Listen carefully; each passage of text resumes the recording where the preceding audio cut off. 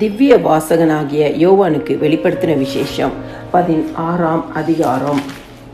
அப்பொழுது தேவாலயத்திலிருந்து உண்டான ஒரு பெரும் சத்தம் அந்த 7 தூதருடனே, நீங்கள் போய் தேவனுடைய கோப கலசங்களை பூமியின் மேல் ஊற்றுங்கள் என்று சொல்ல கேட்டேன்.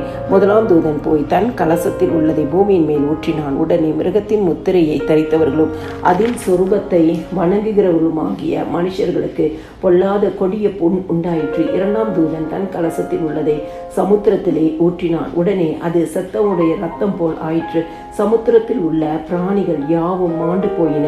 மூன்றாம் தூதன் தன் கலசத்தில் உள்ளதை ஆறுகளிலும் நீரூற்றுகளிலும் ஊற்றினான். உடனே அவைகள் இரத்தம் ஆயின. அப்பொழுது தண்ணீர்களின் தூதன், இருக்கிறவரும் இருந்தவரும் பரிசுத்தருமாகிய தேவரே, இப்படி நியாயம் தீர்க்க நீதி உள்ளவராயிருக்கிறீர். அவர்கள் பரிசுத்தவான்களுடைய இரத்தத்தையும் தீர்க்கதரிசிகளுடைய இரத்தத்தையும் சிந்தினபடியினால் இரத்தத்தையே அவர்களுக்கு குடிக்க கொடுத்தீர். அதற்கு பாத்திரராயிருக்கிறார்கள் என்று சொல்ல கேட்டேன். பலிபீடத்திலிருந்து வேறொருவன், ஆம், சர்வ வல்லமையுள்ள தேவனாகிய கர்த்தாவே, உம்முடைய நியாய தீர்ப்புகள் சத்தியமும் நீதியும் ஆனவைகள் என்று சொல்ல கேட்டேன். நான்காம் தூதன் தன் கலசத்தில் உள்ளதை சூரியன் மேல் ஊற்றினான். தீயினால் மனுஷரை தகிக்கும்படி அதற்கு அதிகாரம் கொடுக்கப்பட்டது. அப்பொழுது மனுஷர்கள் மிகுந்த உஷ்ணத்தினாலே தகிக்கப்பட்டு இந்த வாதைகளை செய்ய அதிகாரம் உள்ள தேவனுடைய நாமத்தை தூஷித்தார்களே அல்லாமல் அவரை மகிமைப்படுத்த மனம் திரும்பவில்லை. ஐந்தாம் தூதன் தன் கலசத்தில் உள்ளதை மிருகத்தினுடைய சிங்காசனத்தின் மேல் ஊற்றினான். அப்பொழுது அதின் ராஜ்யம் இருள் அடைந்தது. அவர்கள் வருத்தத்தினாலே தங்கள் நாவுகளை கடித்து கொண்டு தங்கள் வருத்தங்களாலும் தங்கள் புண்களாலும் பரலோகத்தின் தேவனை தூஷித்தார்களே அல்லாமல் தங்கள் கிரியைகளை விட்டு மனம் திரும்பவில்லை.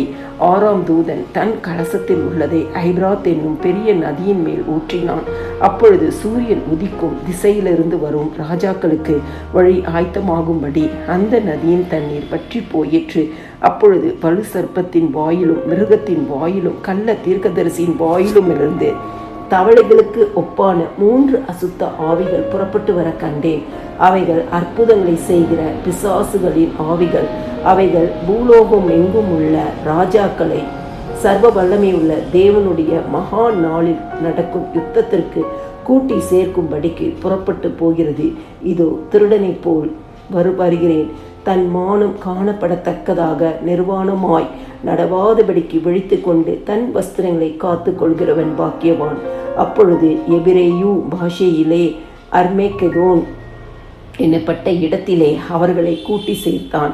ஏழாம் தூதன் தன் கலசத்தில் உள்ளதை ஆகாயத்தில் ஊற்றினான். அப்பொழுது பரலோகத்தின் ஆலயத்தில் உள்ள சிங்காசனத்திலிருந்து ஆயிற்று என்று சொல்லிய பெரும் சத்தம் பிறந்தது. சத்தங்களும் இடி முழக்கங்களும் மின்னல்களும் உண்டாயின. பூமி மிகவும் அதிர்ந்தது. பூமியின் மேல் மனுஷர்கள் உண்டான நாள் முதற்கொண்டு அப்படிப்பட்ட பெரிய அதிர்ச்சி உண்டானது இல்லை. அப்பொழுது மகாநகரம் 3 பங்காக பிரிக்கப்பட்டது.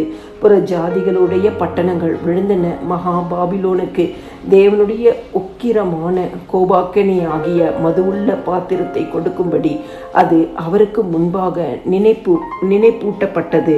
தீவுகள் யாவும் அகன்று போயின. பர்வதங்கள் காணப்படாமற் போயின. தாழ்ந்து நிறையான பெரிய கல்மழையும் வானத்திலிருந்து மனுஷர் மேல் விழுந்தது.